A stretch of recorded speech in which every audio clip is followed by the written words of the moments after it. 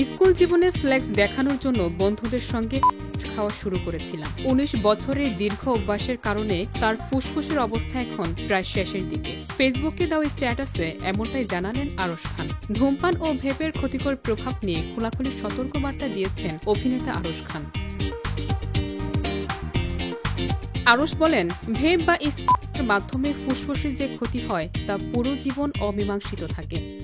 ছাড়ার পরও ফুসফুসের কিছু অংশ কখনো ঠিক হয় না। তিনি সতর্ক করেছেন, ধূমপানের ফুসফুস পুনঃসুস্থ হতে ৯ মাস সময় লাগলেও স্থায়ী ক্ষতি এড়িয়ে যাওয়া যায় না। আরশের কথায় বিশ্বাস করো, সুস্থ থাকার চেয়ে বড় ফ্লেক্স আর কিছু নেই। যারা নতুন করে ধূমপান বা ভেপের দিকে পা বাড়াতে চান তারা দূরে থাকুন।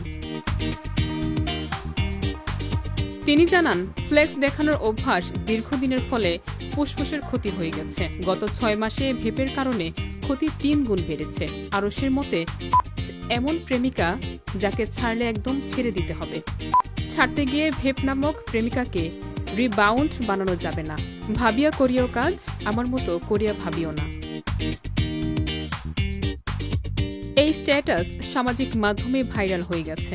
অনেক ভক্ত তার সতর্কতার প্রশংসা করেছেন। কেউ কেউ মনে করছেন, আরশের বার্তা স্বাস্থ্য সচেতনতার জন্য একটি গুরুত্বপূর্ণ উদাহরণ। ধূমপান ও ভেপের দীর্ঘমেয়াদী ক্ষতিকর প্রভাব বোঝাতে গিয়ে আরশ তার ব্যক্তিগত অভিজ্ঞতা শেয়ার করেছেন।